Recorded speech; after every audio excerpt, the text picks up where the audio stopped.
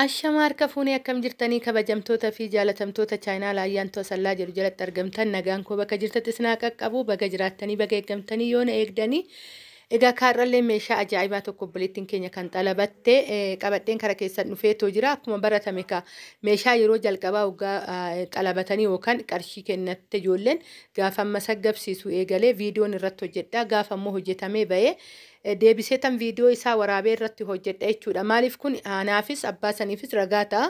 Kanaadha kan natti laatte jedheetoo jechuudha. Wanti kun baay'ee ana na fayyadee jira.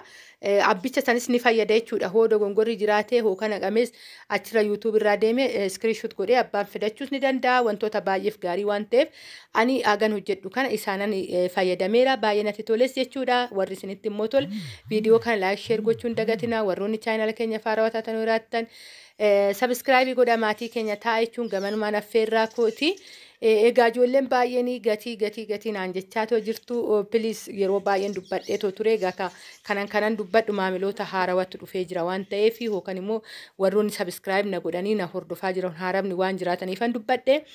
Ani waa'ee gatiitti irratti wantin sodaadhu hookaniini amma gatii isaa kana dubbachuu osoo hin taane ani dhaabbanni kun kan mataa kootitii miti namaattan hojjisiisa. Haa ta'u waggaa sadaffaa keessa seeneera galata rabbii erganii wajjin hojjechuu qabe. Haa ta'u malee gatii isaa gabaa isaa abbaatu wanta ofirraa baasee bitu abbichatu beeka. Anaa miti odoon ani dhaabbata kiyya ta'ee hagan bituun anatu beeka gatiin kun dabale jedhee roormaanis iffaanaasaa gatiin kun gadi bu'ee roormaanis iffaanaasaa. Kanaaf kan ka'e abbaa sanitu gatii isaa gaafanan meeshaa abbaan namni filatutti ergee gatii kana meeqan jira jedhee gaafadha. Afaan guutee gaafan amma fakkeenya falgaan kun fakkeenya fudhadhe 24,000 jedhee 34,000 jedhee jechuu kiyya 24,000 jedheetoo algaa kana har'a isinitti himee asirratti dubbadhee barreessee gaafa immoo kaanii birri 500 miti birri 200 odoo dabalee akkanatti jira kunoo jettanitti screenshot gootanii natti ergitu. Tanaan dura dubbachaa tan ture gatii isaa yeroo darbe keessatti garuu bakka dhaabbataa isaa waan dhabeefanii callisee warroonni keessan dhufaniitoo gatii isaa baruu barbaadan ogguma san irratti ergeen gatiin kun meeqan jira jedhee gaafadha. Garuu chaayinaala irratti kana jedhee hoggaan dubbadhe yookaan gatiin kun yoo dabale hoo akka waggaa tokkoon booda dhufuu dandeessan ji'a ja'aan booda dhufuu dandeessan amma fakkeenyaaf ijoollee subscribe gootu viidiyoo kana odoo laaltanuu viidiyoo biraas ni fida yuutuubiin gaafa san kan waggaa tokkoo ta'uu danda'a kan waggaa lamaa ta'uu danda'a maal laan jettu.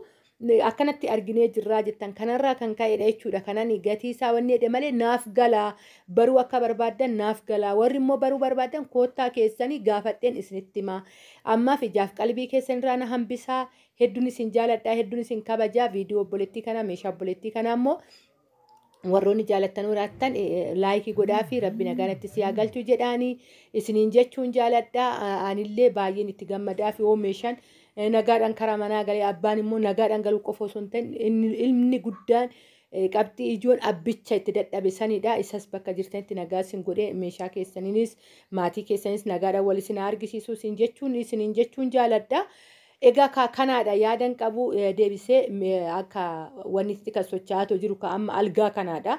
Faashinii ta'ee kan socho'aa jiru sirriitti manaafillee siimboo kan qabu fakkeenyaaf amma algaan kun bakka fe'anittu mana gaarii hojjetattan taanan bakka jira jedhamee algaan amma yeroo kana wanni irratti hojjetamaa jiru manneen mukaatti hojjetamaa jiru lafarratti illee jechuudha qilleensa irratti qofa osoo hin ta'in algaawwan kanniinidha.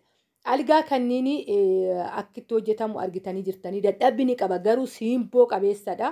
Warroonni hojjisiifachuu barbaadan hoggaa jiraattanis bakka barbaadanitti haa ta'u faashiniidha isiniin jechuufanii amma namni kamuu kan jaalateetu wanni jedhu itti aansuudhaan biiffee tana ijoolleen baay'een laaltanii jirtu filattanii jirtu obboleettii kanaadha jechuudha kan hojjisiifate biiffeen tun baay'ee bareeddi. Isiniin jechuun jaaladha akkasuma kan biiffee gaafa hojjisiistan immoo waan biraatillee jidduutti ilaaluu qabdan biiffeen akkatti galee suuraa kana edit kaameeraadhaan laaltanii garuu nuyi kara mana keenyaa gaafa galchinu meeshaa keessa galchinee bareeda. Keessattuu mastaawotiin kan jala waan feetan itti galchaa inni cufaa mukaa qabu homaan ta'u kanarratti of egaa of eeggannoo godhaa yoon jedhu hin bitanaa jechuu osoo hin ta'in meeshaalee cinaatti akka haqimii keessaniitiin bitachuu qabdanii. Bakka feetanillee hoo bitattan isiniin jechuun jaaladhaa hedduun isin jaaladhaa hedduun isin kabajaa bakka jirtatti nagaa naa ta'a baay.